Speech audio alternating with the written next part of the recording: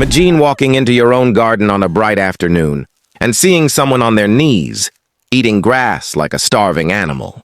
Would you ignore it? Would you laugh? Or would your heart stop in shock? That's exactly what happened to Michael. Grant, a billionaire who thought he had seen it all. He owned private jets, expensive cars, and a mansion so big it felt like a museum. But nothing in his life prepared him for the sight of his maid. Chewing on grass in his backyard. At first, Michael froze. His mind tried to make excuses. Maybe she was pulling weeds. Maybe she dropped something. But then he saw it clearly. She was picking blades of grass with her hands and putting them in her mouth, chewing slowly, her eyes darting around nervously as if she didn't want anyone to notice. Her name was Clara.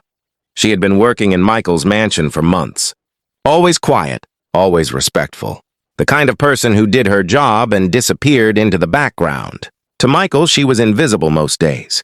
But in this moment, she was impossible to ignore. "Clara?" His voice cut through the silence. She flinched. The handful of grass slipped from her fingers. Her wide, terrified eyes met his for a split second before she quickly looked away. She wiped her mouth with the back of her sleeve, as if that could erase what he had just seen. Michael stepped closer. "What are you doing?" She stayed silent. Her hands trembled. He pressed again, softer this time. "Clara, why are you eating grass?"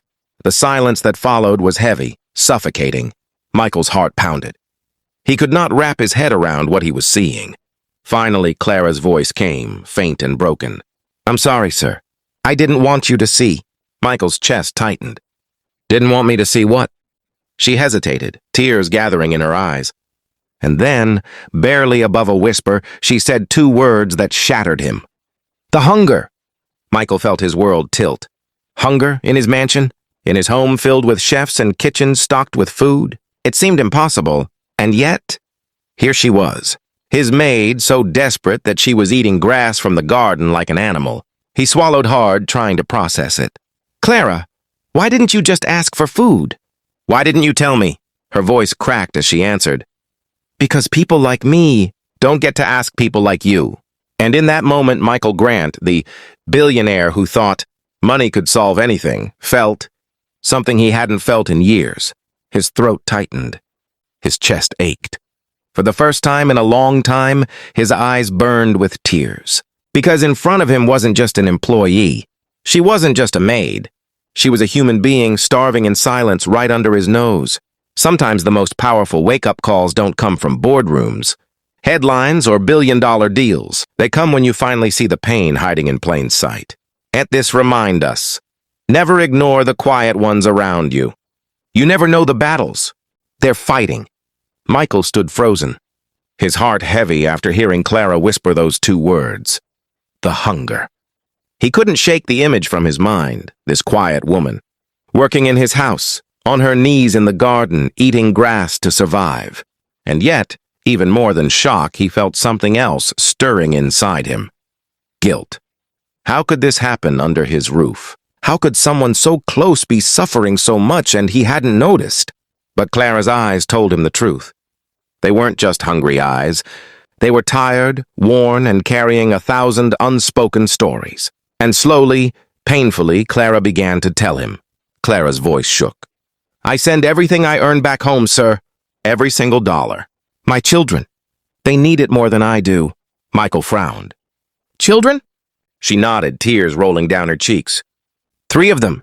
Back home in the small village where I grew up. They have nothing, no jobs, no food, sometimes not even clean water. I came here because I thought working in a rich house would mean I could give them a better life." Her words hung in the air. Michael felt a knot in his throat. "Every month," she continued, "I send money to make sure they eat, to make sure they go to school, to make sure they don't end up like me. But once I send it all, there's nothing left for myself." Michael blinked, stunned. He couldn't imagine it.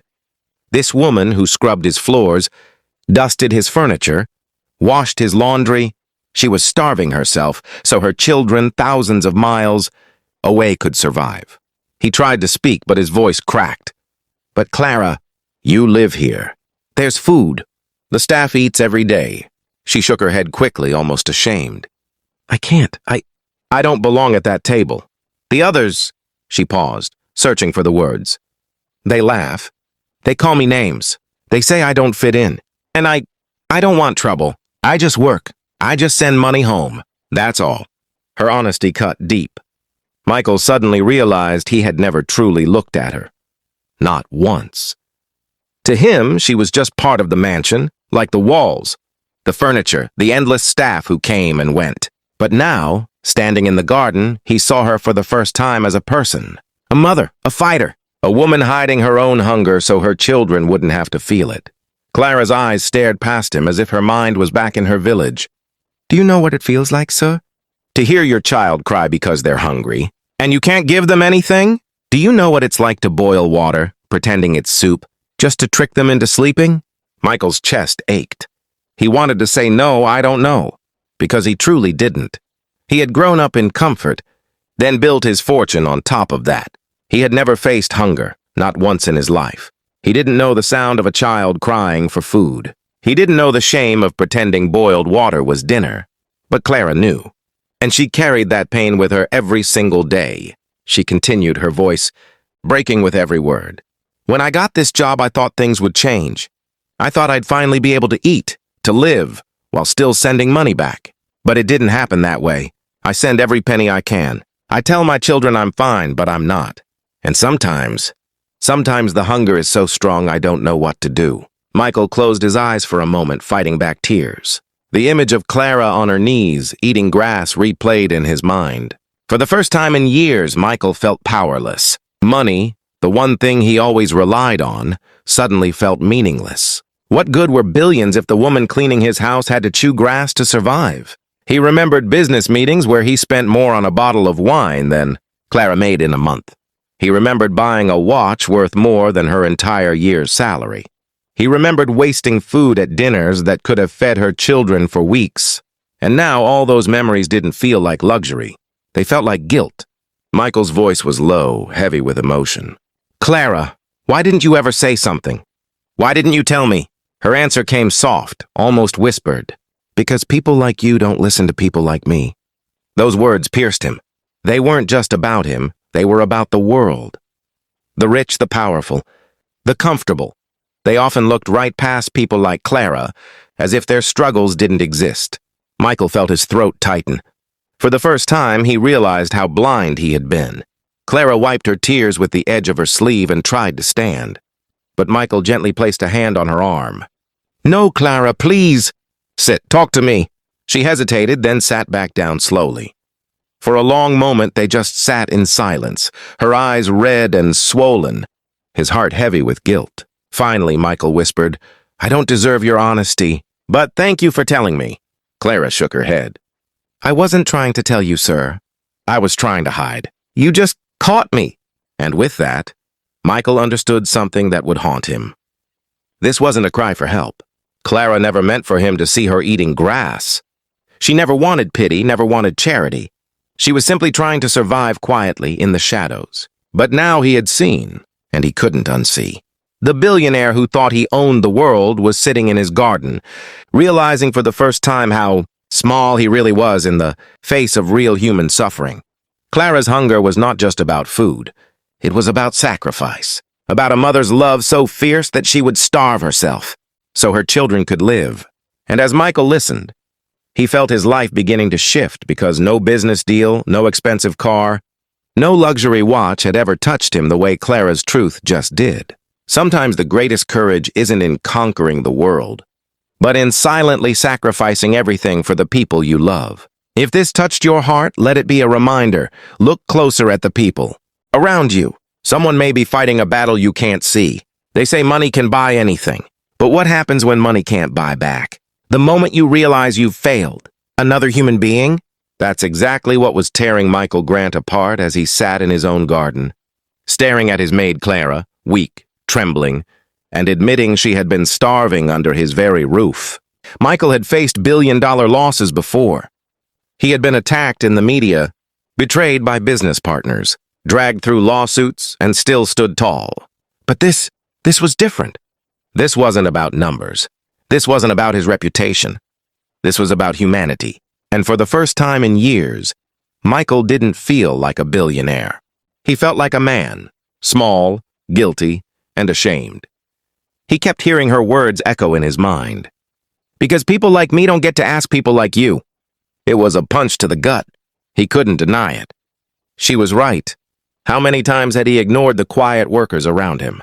How many times had he assumed that just because he paid salaries, their lives must be fine? Now here she was, proof that he had been wrong all along. Michael took a deep breath, his voice trembling. Clara, I don't know what to say. She looked down at her hands, ashamed. You don't have to say anything, sir. I'll be fine. I always find a way. Her words only made his guilt worse. She wasn't asking for help. She wasn't demanding anything. She was ready to go back into the shadows, to keep suffering quietly, so she wouldn't inconvenience him, and that broke him. For the first time in years, Michael felt tears sting his eyes. He tried to blink them away, but they burned hotter with each passing second. Clara, he whispered, you shouldn't have to find a way. Not like this, not here. Not in my house. His voice cracked on the last word. My house. A mansion filled with food. A place where wine flowed freely at dinner parties. Where desserts were wasted, where leftovers were thrown out daily. And yet, just outside, his maid was so hungry she was eating grass. The image gnawed at him. His wealth suddenly felt disgusting. His marble floors, his gold-plated fixtures, his million-dollar art, all of it seemed worthless, compared to the sight of Clara's trembling hands picking at the ground for something to fill her stomach. Michael buried his face in his hands for a moment. God, what have I been doing? Clara shifted uncomfortably. She wasn't used to seeing her employer like this, vulnerable, shaken. Sir, please, don't be upset. It's not your fault. But her words only made his chest ache more. Not your fault. But wasn't it? Wasn't he responsible for what happened inside his own home? Michael looked at her again, his eyes red. Clara, it is my fault. I should have seen you. I should have noticed. I've been blind. He stood up suddenly, pacing back and forth across the garden. His mind raced. Memories of extravagant dinners flashed before him. Guests, leaving plates half full, champagne poured and wasted. Food worth hundreds tossed into the trash without a second thought. And yet here was Clara, eating grass. How had he missed this? How had he been so wrapped up in wealth, in business, in himself, that he couldn't see the suffering right under his nose? Michael stopped pacing and turned back to her. His voice carried a weight Clara had never heard before. No more, he said firmly. This ends now. Clara blinked in surprise. Sir? Michael's jaw tightened. Clara, I can't change the past. I can't undo what you've gone through. But I promise you this, never again. Never again will you go hungry in this house. Clara's lips trembled. She shook her head slowly, disbelief clouding her eyes.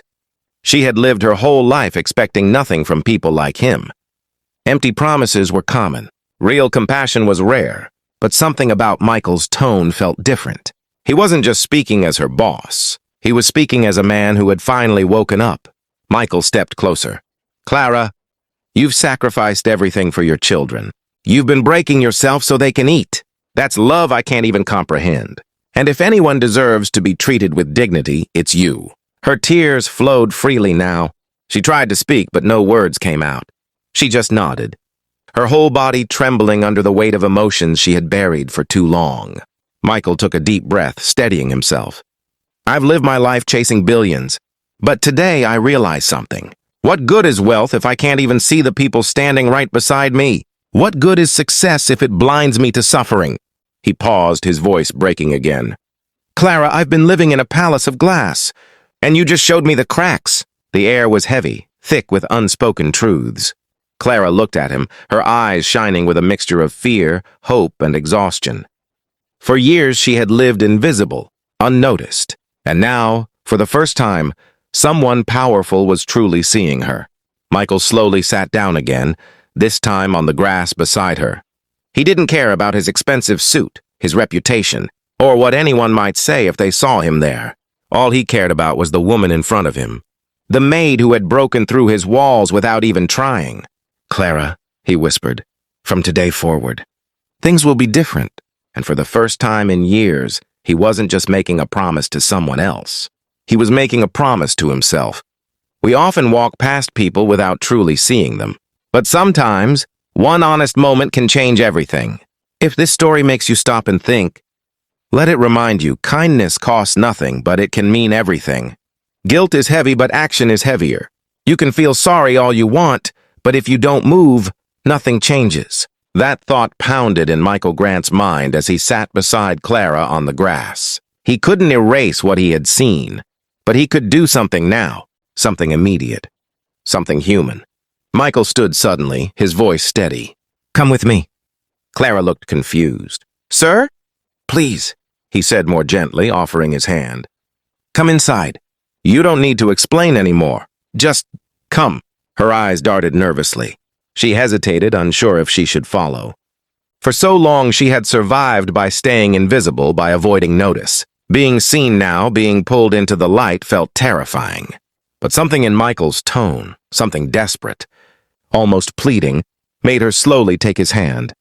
He pulled her up gently and walked her back into the mansion. The house looked different to Michael now. The sparkling chandeliers, the polished marble, the expensive art. Suddenly all of it felt hollow. What good was a palace when inside it someone was starving? They entered the kitchen, a space bigger than some people's homes, filled with every modern appliance, endless shelves, and refrigerators stocked with food. To Michael, it had always just been a room. To Clara, it looked like another world. She froze at the doorway, her hands twisted together nervously. Michael turned to her. "Clara, sit." She shook her head quickly. "No, sir, Clara." His voice was firm but kind. "Sit." After a moment, she lowered herself onto a chair at the long counter. Michael moved quickly, opening the refrigerator. Cold air spilled out, and with it, an overwhelming choice. Fresh vegetables, milk, fruits, bread, meat, cheese, leftovers from the previous night's dinner. Things Michael barely noticed, but to Clara, it was a feast. Her eyes lingered on the food, wide and hesitant. Like someone staring at treasure they weren't allowed to touch. Michael's chest ached at the sight. He began pulling things out: bread, cheese, fruits, a bowl of leftover pasta. He set them on the counter in front of her. Clara's eyes filled with tears. "Sir, I can't." "Yes, you can," Michael interrupted softly. "And you will, please, eat." Her hands trembled as she reached for a piece of bread. For a moment, she held it, staring as though she wasn't sure if it was real. Then slowly, carefully, she took a bite. Michael watched. His throat tightened as he saw the way she chewed, slowly, reverently, as if each bite mattered, because to her it did. Clara moved on to the pasta, tears rolling down her cheeks as she ate. She wasn't greedy. She didn't devour it quickly. She ate with quiet dignity, but every bite told the story of her hunger. Michael turned away, unable to hide his own tears. The image of her eating grass in his garden, now sitting in his kitchen eating real food, carved itself into his memory forever. For a long while there was silence, except for the sound of Clara eating softly. When she finally stopped, she lowered her fork and whispered, "Thank you." Michael turned back to her, shaking his head. "Don't thank me. Clara, you should never have been in that position to begin with. Not here, not under my roof. I failed. You." She wiped her tears with the corner of her sleeve. "You didn't fail me, sir." Life did. Those words cut him again. Life did. But he realized, sitting across from her, that maybe it wasn't just life. Maybe it was people like him, people who had the power to help but didn't notice, or didn't care. Michael sat down across from her. His voice was low but steady. "Clara, from today things change. No one in this house goes hungry. Not you, not anyone. Do you understand?" Clara lowered her eyes. "Sir, you don't have to—" "Yes," he interrupted firmly, "I do." Silence stretched between them again, but this time it wasn't heavy with shame. It was heavy with something new. Change. Michael leaned forward, resting his elbows on the counter. "Tell me about your children." Clara's head shot up, surprise flashing in her eyes. "My children?" "Yes," Michael said softly. "You've been breaking yourself for them. I want to know who they are. Tell me." Clara hesitated, then slowly began to speak. Her voice was quiet at first, but as she described them, something lit up in her eyes. "My oldest is Samuel. He's 12. He's smart, smarter than me. He wants to be a teacher one day. He studies under a streetlight sometimes, because we can't always afford electricity at night. But he never complains. He just works harder. Michael listened intently, every word etching itself into his heart. My second is Grace. She's 9. She has the most beautiful singing voice, but she's shy. When she sings, though, the whole room feels brighter. I dream of putting her in a real school, maybe even letting her sing on a stage one day. But for now, she just helps me take care of the youngest. Clara's lips trembled as she spoke of the last. My baby Daniel. He's only 5. Always hungry, always smiling anyway. He doesn't understand why I'm gone. He asks for me every night. And I tell him I'm working hard so he can have a better life. Her tears fell freely now. That's why I send everything home. So they can eat. So they can dream. Even if it means I go without. Michael sat in silence, his heart breaking open with every word. He thought about the empire he had built, the billions he had stacked, the endless nights spent chasing more. And here was Clara, living on nothing, pouring every drop of herself into her children without asking for anything in return.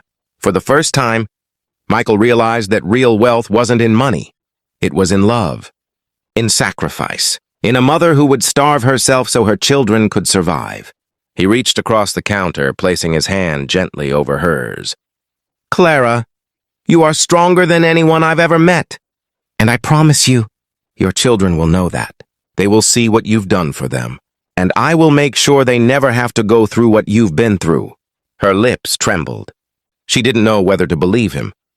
But in his eyes, for the first time, she saw not a billionaire, not an employer, not a man of power, just a human being who finally cared. Hunger doesn't always look like an empty plate. It hides in silence, in sacrifice, in the quiet battles nobody notices. If this story moved you, let it be a reminder. Sometimes the simplest act of kindness can be the difference between despair and hope. You can build empires. You can buy islands. You can own skyscrapers. But if your heart is empty, are you really rich? That question haunted Michael Grant as he sat across from Clara, her tear-streaked face glowing with love every time she spoke of her children. For years, Michael had been the man everyone envied.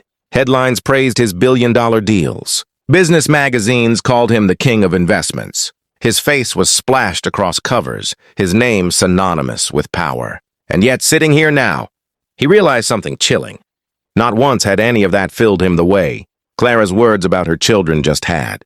Her entire life was built on sacrifice and love. His life, built on profits and pride. Michael leaned back in his chair, staring at his own reflection in the polished kitchen window. For the first time, he didn't see success staring back at him. He saw a man who had been blind, who had mistaken luxury for meaning. Clara, he said quietly, do you know what I've spent most of my life chasing? She shook her head. More, he said bitterly. Always more. More deals, more companies, more wealth. It was never enough. Every time I reached one goal, I set another. And the more I gained, the emptier I felt. Clara looked at him gently, as though she had always known. Because money doesn't fill the soul, sir. Love does, purpose does. Her words hit him harder than any boardroom debate ever had. He had advisors who spoke in numbers, partners who spoke in strategies, critics who spoke in insults. But Clara? Clara spoke truth. Michael lowered his eyes. I've spent my life surrounded by people who wanted something from me. Investors, partners, politicians. Everyone wanted a piece, but no one ever told me what you just did. Clara gave a small, sad smile. Because they already had food on their table. They weren't hungry enough to see what matters. Michael exhaled sharply, running a hand through his hair. For the first time in years, he wasn't thinking about his next investment. He was thinking about what kind of man he really was. He remembered the house he grew up in. Not as grand as this mansion, but filled with warmth. His mother had worked 2 jobs to put food on the table. His father had taught him to share even when they had little. Somewhere along the way, Michael had lost those lessons. Money had drowned them out. Now Clara, a maid he had barely noticed, before was reminding him of what he had once known as a boy. Michael leaned forward, his voice heavy with realization. Clara, I thought I was rich. But sitting here listening to you, I feel poorer than I've ever felt. Clara's brow furrowed. So you have everything? No, he said firmly, shaking his head. I have things, but you have something greater. You have love that burns so fiercely you'd starve yourself for it. That's something I can't buy.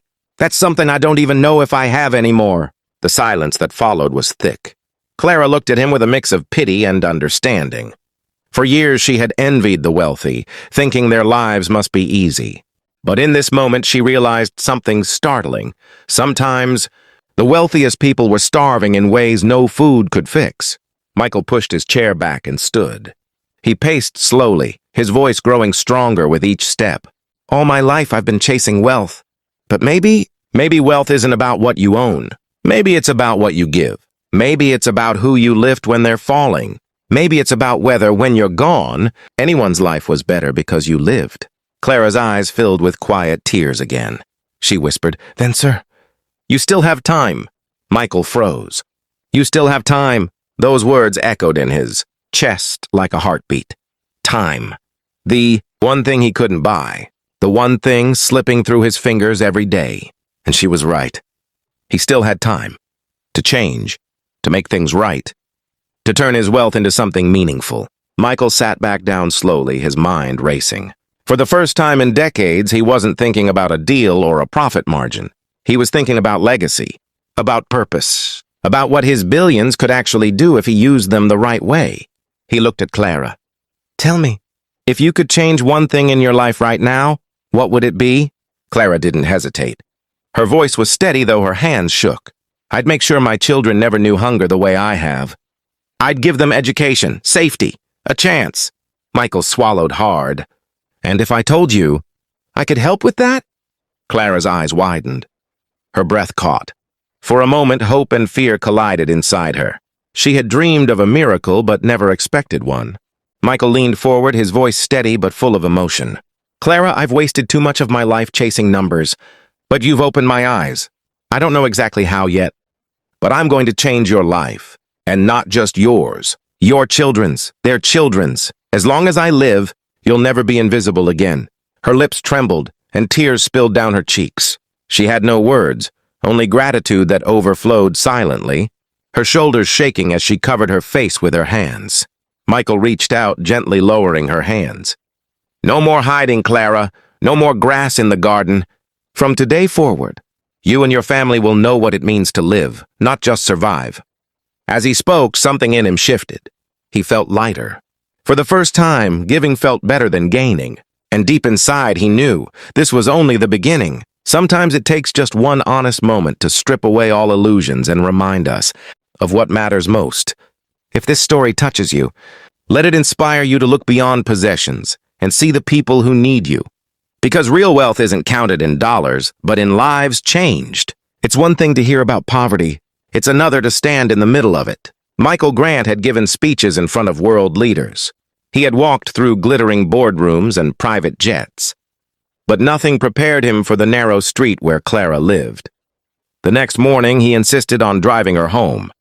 Clara had resisted at first, embarrassed, afraid of what he would think. But Michael's determination was unshakable. He needed to see it with his own eyes. As the car turned off the polished city roads and into the worn-down neighborhood, Michael's chest grew heavier. The mansion he had left behind felt like another planet compared to this. The streets were cracked, littered with trash. Children with bare feet played soccer with a dented can. Clothes hung on sagging lines between rusted buildings. The smell of smoke and damp earth filled the air. Michael rolled down the window slightly. The sounds of laughter mixed with crying reaching him. It was a place alive with struggle. When the car stopped, Clara hesitated before stepping out. She looked at him nervously. "Sir, please don't judge. This is just home."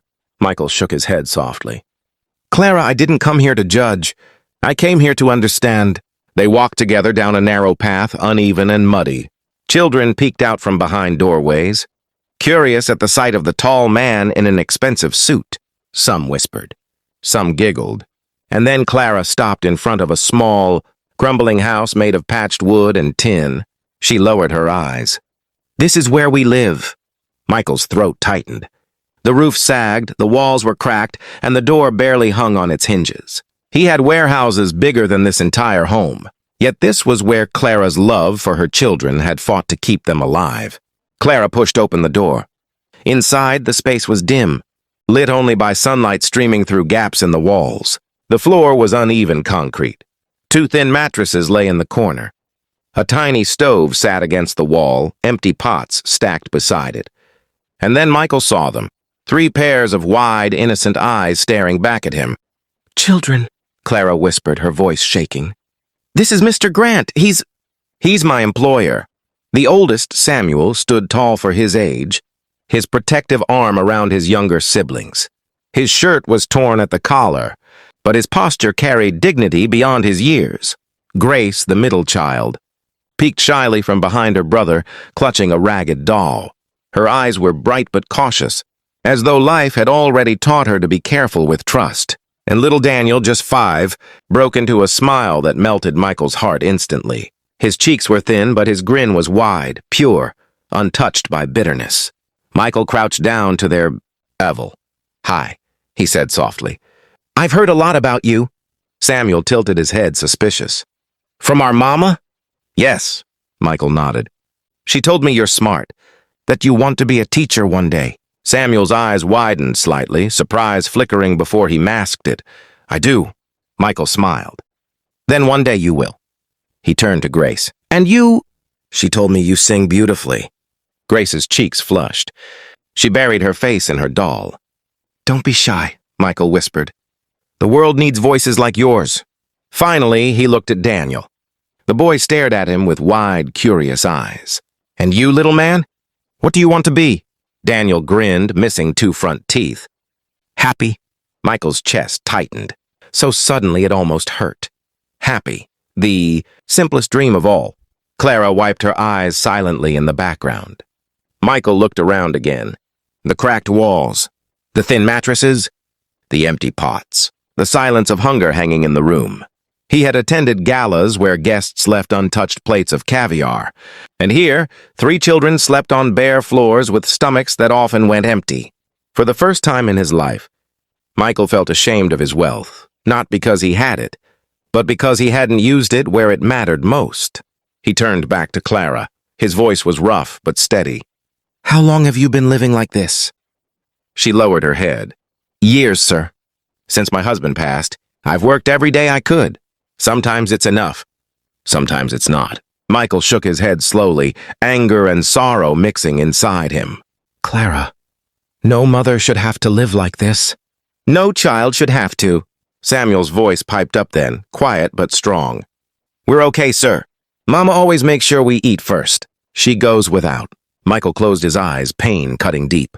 The image of Clara, eating grass, burned in his mind. Again, sacrificing herself so her children could live. He opened his eyes, filled with resolve. "Not anymore." Clara looked at him sharply. "Sir?" Michael stood tall, his voice echoing in the tiny room. "Clara, this ends today. You've carried the weight of the world on your shoulders long enough. From now on, you're not alone. These children are not alone." Clara's lips trembled. Samuel's eyes widened. Grace clutched her doll tighter. And Daniel, not fully understanding, just smiled brighter.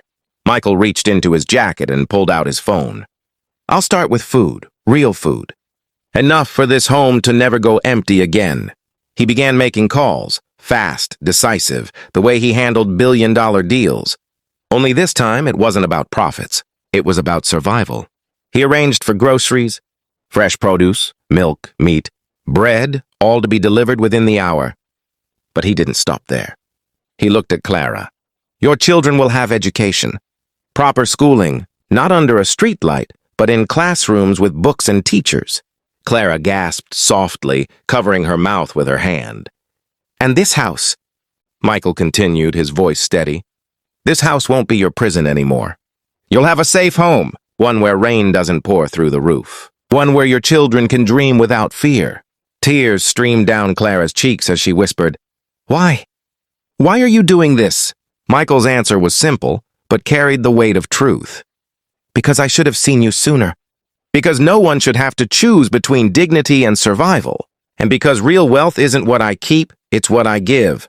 The children surrounded Clara now, holding her hands, their little faces glowing with hope they hadn't dared to feel before. And Michael, for the first time in years, felt something greater than pride, greater than power. He felt human.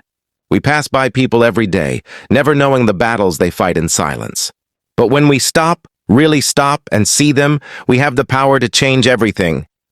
Let this story remind us. The smallest act of compassion can be someone else's miracle, the greatest shift in a man's life. Doesn't happen in a boardroom, it happens in his heart. Michael Grant had made countless decisions worth billions. He had built skyscrapers, bought companies, and shaped industries. But as he sat in Clara's tiny home with her 3 children clinging to her, he realized this was the most important decision of his life. The groceries arrived that same day. Bags of food filled the little kitchen, and for the first time in years, the smell of a real meal filled Clara's home. Grace's laughter echoed as she held an apple in her hands like it was treasure. Samuel carefully helped unpack, his eyes shining with pride as though he'd been handed responsibility. And little Daniel danced around the room, singing a silly tune only he understood. Michael watched in silence, his heart swelling. He had written checks before. He had donated to charities. But this was different. This wasn't a tax write-off or a headline. This was life-changing right in front of his eyes. Clara turned to him, tears streaming. "Sir, I don't have the words." Michael shook his head. "Don't thank me, Clara. Just promise me one thing. Eat with them. No more starving yourself?" Her lips trembled as she nodded, too emotional to speak. Later that night, Michael sat in his mansion, staring out the window at the city lights. The silence of wealth surrounded him. But instead of pride, he felt emptiness again, only this time he understood why. All his life, he had measured success in numbers, net worth, profits, properties. But what had any of it meant, really? Did anyone's life improve because he existed? Did the world become brighter because of his billions? The answer stung him. No, not until Clara. That night, Michael didn't sleep. He sat at his desk, scribbling ideas furiously on paper. His empire had been built on taking, on growing, on multiplying wealth. But what if he built something else? What if he created an empire of giving, of lifting? People out of invisibility like Clara? By morning, his desk was covered in notes, sketches, and plans. Michael looked at them with fresh eyes. This wasn't business. This was purpose. The next day, he met with his financial advisors. They gathered around the long, polished table, expecting another investment pitch, another billion-dollar strategy. Instead, Michael stunned them. "I've been blind," he began, his voice steady. "For too long, I thought success was about how much I could take. I was wrong. Success is about how much we give." The advisors exchanged puzzled looks. One cleared his throat. "Sir, with all respect, what exactly are you proposing?" Michael leaned forward, his gaze sharp. "I'm going to use my wealth to build lives, not just companies. I'm going to start with Clara and her children, but I won't stop there. There are millions of Claras out there, people we never see because we don't look. That ends now." Some of the advisors shifted uncomfortably. "Sir, if you redirect too much capital..." Michael cut him off. "This isn't about capital anymore. This is about legacy." Silence hung heavy in the room. They had seen Michael determined before, but never like this. Within weeks, Michael had already set plans into motion. Clara's family moved into a safe, furnished home in a decent neighborhood. Samuel enrolled in a good school, with books and uniforms paid for. Grace was signed up for music lessons, her shy voice slowly gaining confidence. And little Daniel, he got to run in a backyard for the first time in his life. Giggling freely, Clara's eyes never stopped glistening with gratitude. But Michael? He wasn't satisfied. He couldn't be. Because for every Clara he helped, he knew thousands more were still unseen. One evening, as he sat with Clara in her new home, she asked softly, "Why us, sir?" "Out of everyone, why did you choose us?" Michael paused, looking at her children playing on the floor. He thought about the moment he saw her eating grass, about her words. "People like me don't get to ask people like you." "Because," Michael said finally, "you woke me up. You made me see. And once you see, you can't unsee. If I walked away now, knowing what I know, then I'd truly be the poorest man alive." Clara's eyes filled again. But this time with a deep, quiet respect. Michael didn't just stop at helping. Clara, he launched a foundation, the Invisible No More Project. Its mission was simple, to find the overlooked, the unseen, the ones eating grass in the garden of society while the wealthy looked away.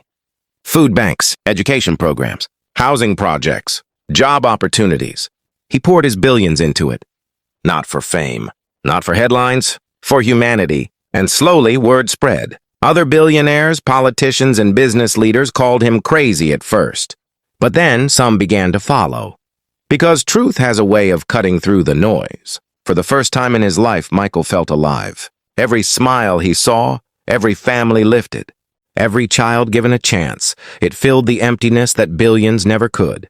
But through it all, he never forgot the moment it began. A maid in a garden, eating grass. That image, burned into his soul, became the fire that fueled everything. Wealth isn't measured by what sits in your bank. It's measured by the lives you touch, the hope you restore, and the love you leave behind. If this story speaks to you, let it push you to see the Claras around you and choose to act. Because real legacy isn't money, it's humanity. When you stand for what's right, don't expect applause. Expect resistance. Michael Grant thought his new mission would inspire everyone. He imagined people would cheer, that his fellow billionaires would join him. But he quickly learned, when a man walks away from the game of greed, those still playing feel threatened. The first headlines came fast. Grant losing his mind? From boardrooms to charity rooms. Is Michael Grant throwing away his fortune? Critics on television called him reckless. He's sabotaging years of empire building, one analyst said. This is a dangerous precedent. Investors grew restless. Partners pulled out of deals. Some accused him of trying to buy public sympathy. Others whispered he must be hiding scandals. For the first time in years, Michael wasn't being praised, he was being attacked. In one heated board meeting, a senior partner slammed his fist on the table. Michael, you're destroying everything we built. Food banks? Housing projects? That's not our business. Michael leaned forward, his eyes sharp. No, our business was greed, and I'm done with it. The partner sneered. You'll ruin us. Michael's voice was calm but unshakable. If saving lives ruins me, then let me be ruined. The room fell silent. Even in his personal circles, the backlash came. Invitations to galas disappeared. Old friends stopped calling. At cocktail parties, whispers followed him. The once untouchable billionaire was now seen as unstable, unpredictable, and yet Michael didn't waver. Because every time doubt crept in, he thought of Clara. He thought of Samuel studying under a streetlight, of Grace clutching her doll, of little Daniel smiling despite hunger. And he remembered that single, unbearable image, Clara, eating grass in his garden. That image anchored him when the world tried to shake him. But the hardest moment came late one evening, when Clara herself knocked on his office door. Sir, she said softly, I've seen the news. They're tearing you apart. Please, don't do this because of me. I never wanted you to suffer. Michael looked up, his face tired but resolute. Clara, listen to me. This isn't just about you. Yes, you opened my eyes, but now that I see, I can't close them again. I won't. Clara's eyes filled with tears. But they're calling you a fool. Michael gave a small, weary smile. Then let me be a fool for the right reasons, because I'd rather be hated for compassion than praised for cruelty. Word of his foundation began spreading beyond the critics. Families he helped started writing letters. Children sent drawings of food and houses with clumsy crayon thank yous. Michael pinned them to his office wall, covering the harsh headlines with innocent smiles. One day, Samuel brought him a small notebook. Mr. Grant, he said shyly, I've been writing down everything I learned in school. I want to show you, because you made this possible. Michael held the notebook like it was treasure. In that moment, all the noise of critics faded. This notebook, this boy's education, was worth more than every deal he had ever closed. Still, the pressure mounted. A major partner threatened to sue. Journalists hounded him. At one point, stock in his company dropped, and the business world smelled blood. But instead of retreating, Michael doubled down. He poured more money into housing projects, personally visited schools, shook hands with families in need. Every time someone asked why, his answer was the same. Because no one should be invisible. The turning point came when a reporter asked him on live television, Mr. Grant, do you really believe you can fix poverty? Do you think you can save everyone? Michael paused, then leaned into the microphone. His voice was calm, steady, but filled with fire. No, I can't save everyone, but I can save someone, and that's enough to try. The audience watching at home fell silent. Across the nation, those words spread. They weren't polished.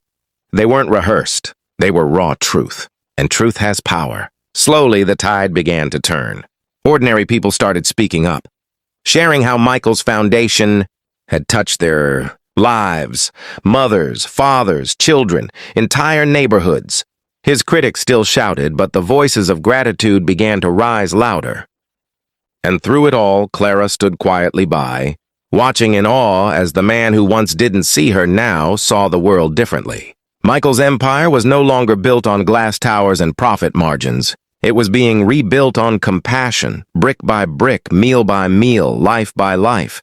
And though the cost was high, his reputation, his old friendships, even parts of his fortune, he felt richer than he had ever been. Doing the right thing will never be easy. People will doubt you, mock you, even fight you. But if your heart is steady, their noise won't matter. Let this story remind us, you don't need to save everyone. You just need to save someone. What if the greatest thing you leave behind isn't your money, your houses, or your name, but the lives you touched? Michael Grant didn't know how history would remember him. Some still called him reckless, others a fool. But the people whose lives he changed? To them, he was proof that one act of compassion can ignite an entire movement. Years passed, Clara's children grew. Samuel, once the boy who studied under a broken streetlight, graduated from college with honors. At his ceremony, he spotted Michael in the crowd. Older now, his hair grayer but his eyes proud and shining. Samuel raised his diploma high, tears in his eyes, and mouthed, "For you." Grace, the shy girl who once clutched her doll for comfort, became a music teacher. She used her gentle voice to inspire other children who felt small and unseen. When she sang, people listened, not because she was the loudest, but because she sang with a heart that had once known hunger. And little Daniel, who once danced in circles in that tiny room, grew into a young man with dreams of becoming an architect. He sketched houses, homes with wide windows, bright rooms and safe yards, always saying, "No child should grow up in the dark." Michael was there for it all. Not as a distant benefactor, but as family. Meanwhile, the Invisible No More project spread like wildfire. What began with one maid in one garden grew into schools, housing, hospitals, and food banks across the country. Other billionaires eventually joined, humbled by Michael's courage. The project became a beacon of hope, changing not just lives, but mindsets. And yet Michael never let anyone forget where it started. In every office of his foundation, in every hall, one image was framed, a simple drawing of Clara's garden, green grass, and a woman kneeling unseen. Beside it were Michael's words, "Never walk past the invisible. See them, hear them, help them." As Michael grew older, he often walked quietly through neighborhoods his foundation had rebuilt. He'd sit on park benches, watching children play, listening to laughter fill spaces where silence and sorrow once lived. One afternoon, Clara joined him on a bench. Her hair was streaked with silver now, but her eyes were still warm. They sat in silence for a while, watching Daniel chase a ball with other kids. Finally, Clara whispered, "Do you ever regret it? Giving so much away? Losing so much?" Michael looked at her, then out at the park filled with life. His smile was gentle but steady. "I lost nothing, Clara, for the first time in my life. I gained everything." Michael Grant passed away quietly one evening in his sleep. No headlines celebrated his net worth. No magazines praised his cars or his mansions. But at his funeral, the line stretched for miles. Not politicians, not business leaders, but ordinary people. Mothers holding children who now had schools. Fathers who had jobs. Families who had roofs over their heads. Students who carried books instead of burdens. One by one, they whispered thank you. Not for his billions, but for his humanity. Years later, Samuel stood before a crowd at the opening of a new school built by the foundation. He wore a crisp suit, his diploma framed behind him, and in his voice was the strength of every hardship he'd overcome. "This," he told the children seated in front of him, "is because one man chose to see us when the world looked away." Michael Grant wasn't perfect, but he was brave enough to care. And if he could change, so can we. The audience rose in applause, not just for Samuel, but for the man whose compassion had outlived him. Michael's name was no longer just tied to wealth. It was tied to love, to change, to a legacy written not on balance sheets, but in the hearts of people who once felt invisible. And in quiet gardens across the world, Where hunger and silence once hid, hope now grew like wildflowers, because one billionaire stopped, noticed, and cared. Life isn't about what we build for ourselves, it's about what we build for others. If Michael's story touched you, carry it forward. See the unseen, help the unheard. Because true wealth isn't counted in dollars. It's counted in lives changed.